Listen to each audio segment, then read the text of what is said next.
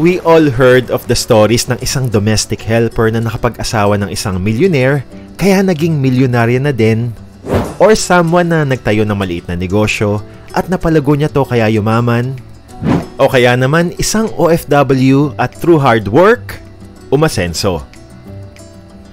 Ang storyng malalaman mo sa video na to ay tungkol sa dalawang domestic helpers na naging milyonaryo kahit hindi nakapag-asawa ng mayaman, hindi nagtayo ng negosyo, at hindi ng ibang bansa. In fact, isa sa mga house helpers na to ay nananatiling domestic helper to this day dito sa Pilipinas. Sa mundong puno ng mga mabubuting taong dating engineers, dating managers, dating OFWs ng 10 to 20 years na kumita ng milyon-milyon sa buong working career nila pero nag-retire ng mahirap, walang naipon. Paano nagawa ng dalawang maids maging milyonaryo in less than 10 years?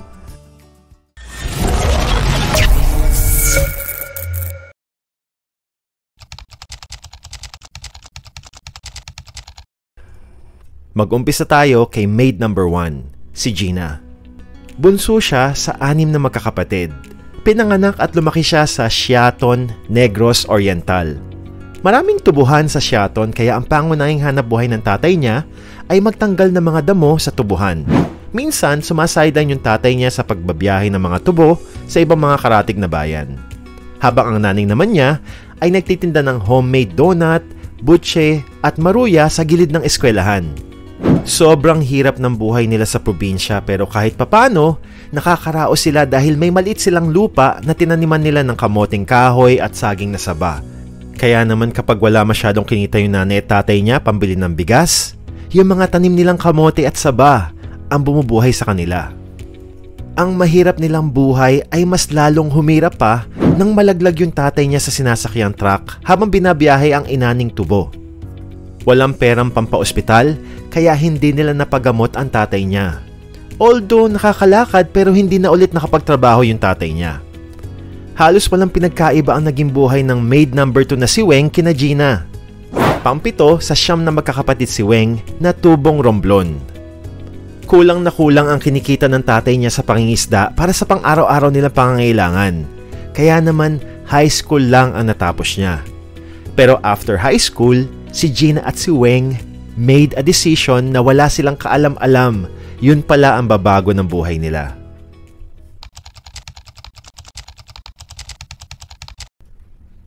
Lumuwas pa Maynila si Weng para mamasukan bilang house helper. Hindi na bago ang pamamasukan bilang kasambahay sa mga probinsya nila. Sa katunayan, karamihan ng mga batang babae sa lugar nila, pagkatapos ng high school, lumuluwas na ng Maynila para makipagsapalaran, para makatulong sa pamilya dahil sa hirap ng buhay sa probinsya. Mas matanda si Weng, kaya mas nauna siyang namasukan bilang kasambahay kay Gina. 19 years old si Weng na mag-umpisang maging kasambahay. Habang si Gina at ang pamilya niya ay patuloy na naghihirap sa probinsya. Dahil hindi na makapagtrabaho ang tatay niya sa natamong injury sa aksidente, napilitan silang ibenta ang kapiraso nilang lupa na kinatitirikan ng kubo at taniman nila ng kamote at saba. Nung umpisa, pinayagan pa silang tumira doon ng bagong may-ari ng lupa, pero hindi nagtagal, pinaalis na din sila. Kaya napilitan silang magtayo ng maliit na kubo sa isang lupang pag-aari ng gobyerno sa tabi mismo ng kalsada. 2 metro lang ang layo ng kubo nila sa kalsada, kaya naman kapag may dumadaang mabibilis na sasakyan o mga truck, pakiramdam nila tatangay na din yung pader ng kubo nila. Wala din silang CR kaya naman sa mga damuhan na lang sila nagbabawas. First year high school siya nung nangyari to. May mga kapatid naman siyang nagtatrabaho naman na sa tubuhan, pero dahil sa liit ng kita ng pamilya nila, madalas wala silang perang pambili ng mga pangunahing pangangailangan nila. Kung dati ay nakakakain pa sila ng 3 beses sa isang araw dahil sa mga tanim nilang kamote at saging na saba, ngayon 2 o minsan 1 beses na lang. Kaya naman madalas siyang pumapasok sa eskwelahan nang kumakalam ang tiyan. Pero kahit ganun kahirap ang buhay, pinilit pa din ni Gina mag-aral ng mabuti dahil pangarap niyang makatapos at magkaroon ng college degree.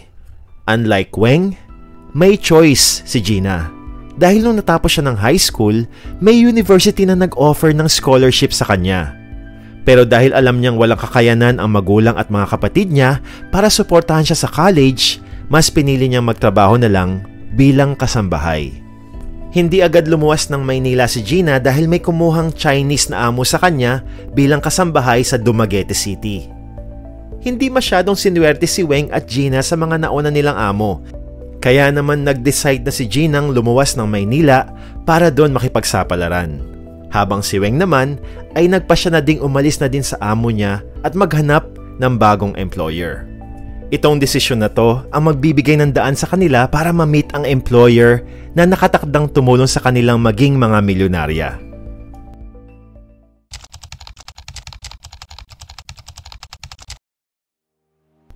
Nagkataon, naghahanap ng mga kasambahay sina Brother Bo Sanchez at Mrs. niyang si Maru during that time. May kaibigan na nag-refer sa kanila ng nooy 18 years old pa lang na si Gina. Pinagdadasal lagi noon ni Gina na sana makahanap siya ng amo na willing siyang tulungan makatapos ng pag-aaral.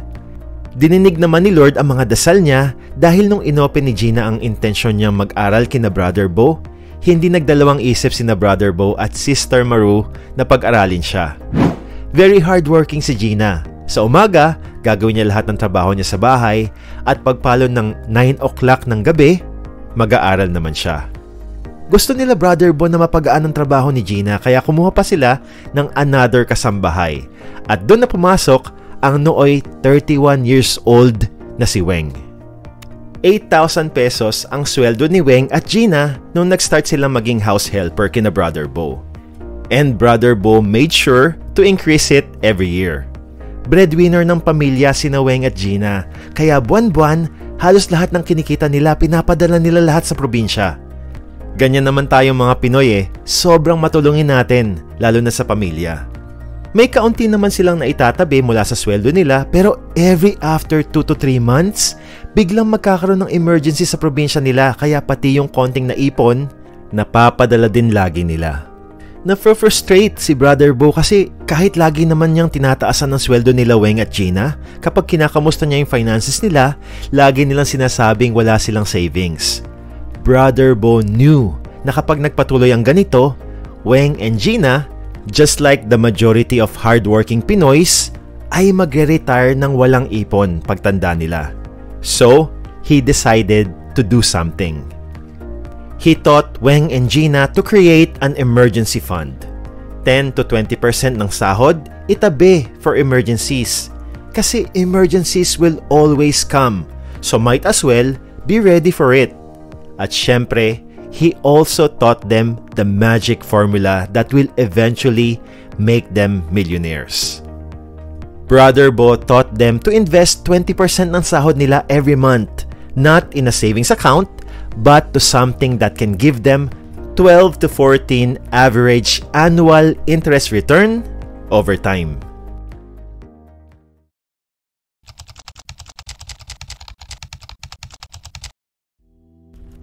It was 2010 nung tinuruan ni Brother Bo ang mga house assistants niya, driver, house helpers, and other employees about investing in the stock market. At first, para kina Weng at Gina, yung suggestion ni Brother Bo sounds great pero parang imposible para sa kanila dahil akala nila ang stock market ay pang mayayaman lang.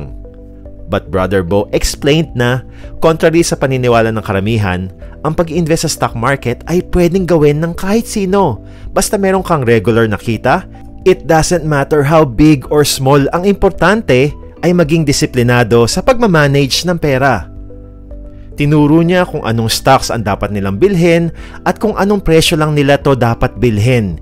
Dahil pabago-bago ang presyo ng stock sa stock market, kaya kapag tumaas ang price na isang stock sa presyong sinet niya, sinabihan ni Brother Bo ang mga house assistants niya na wag muna tong bilhin.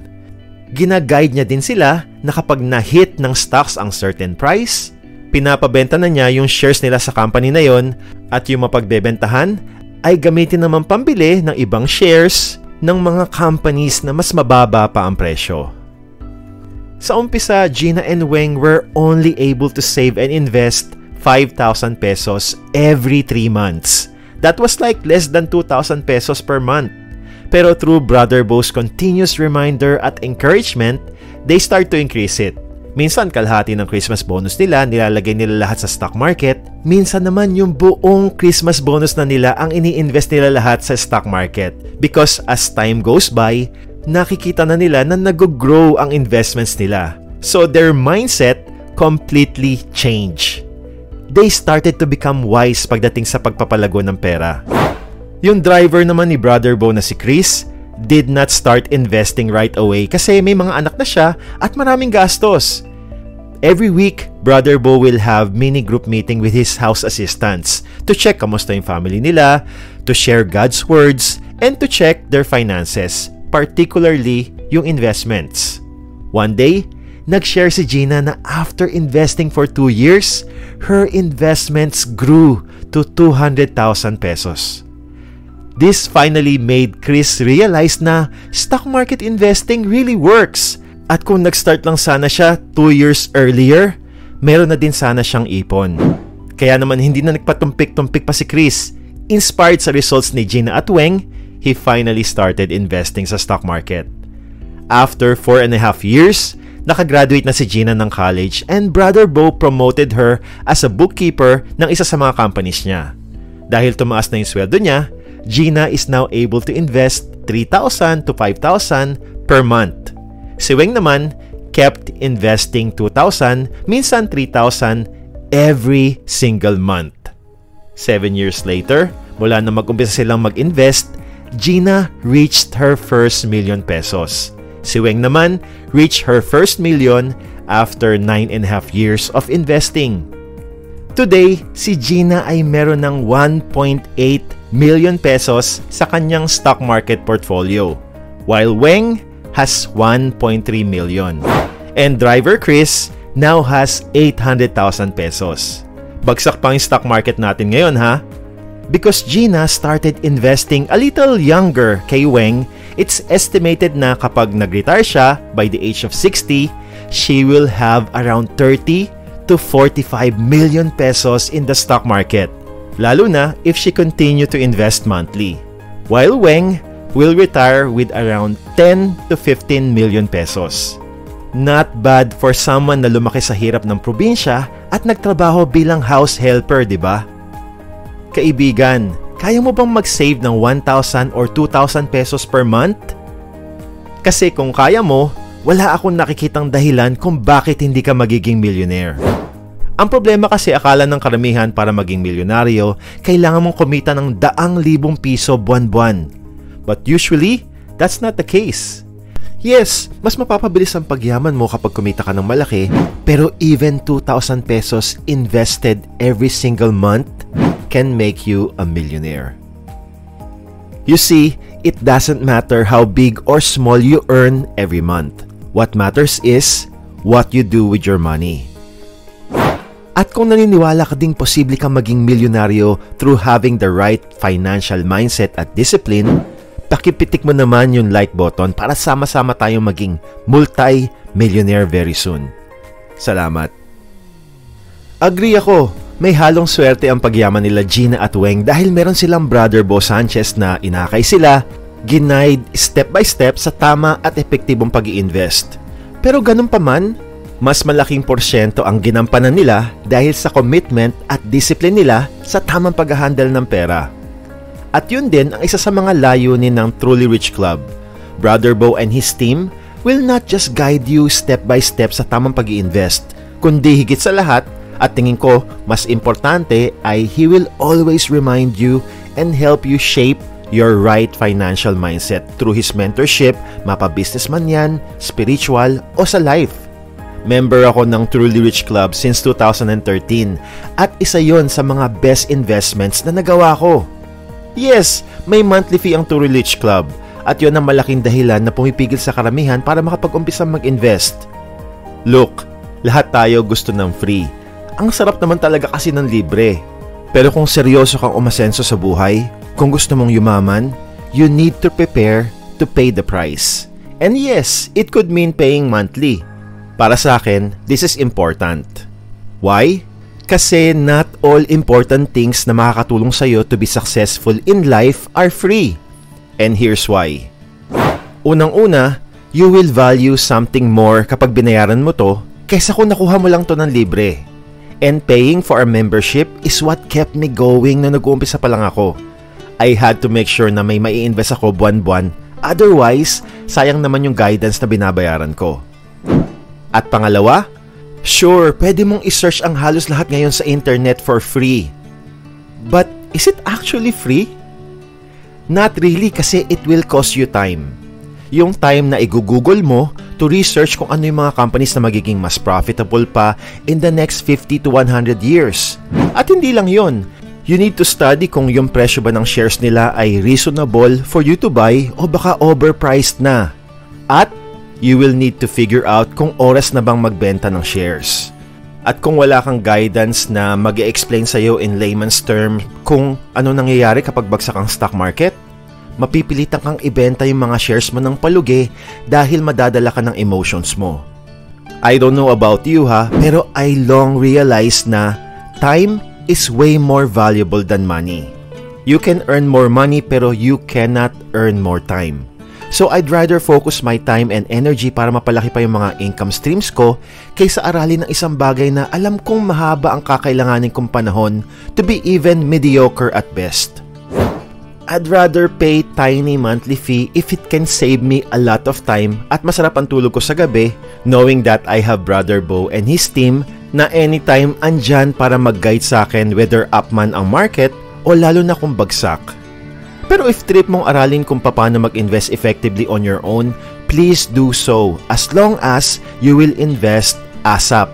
Sayang ang time Ang time kasi ang pinakamalakas mong kakampi sa investing. But if you wanna focus your time sa pagpaparami at pagpapalaki pa ng mga income streams mo, at kung gusto mo ng peace of mind, please check Truly Rich Club and see if they will be a good fit for you.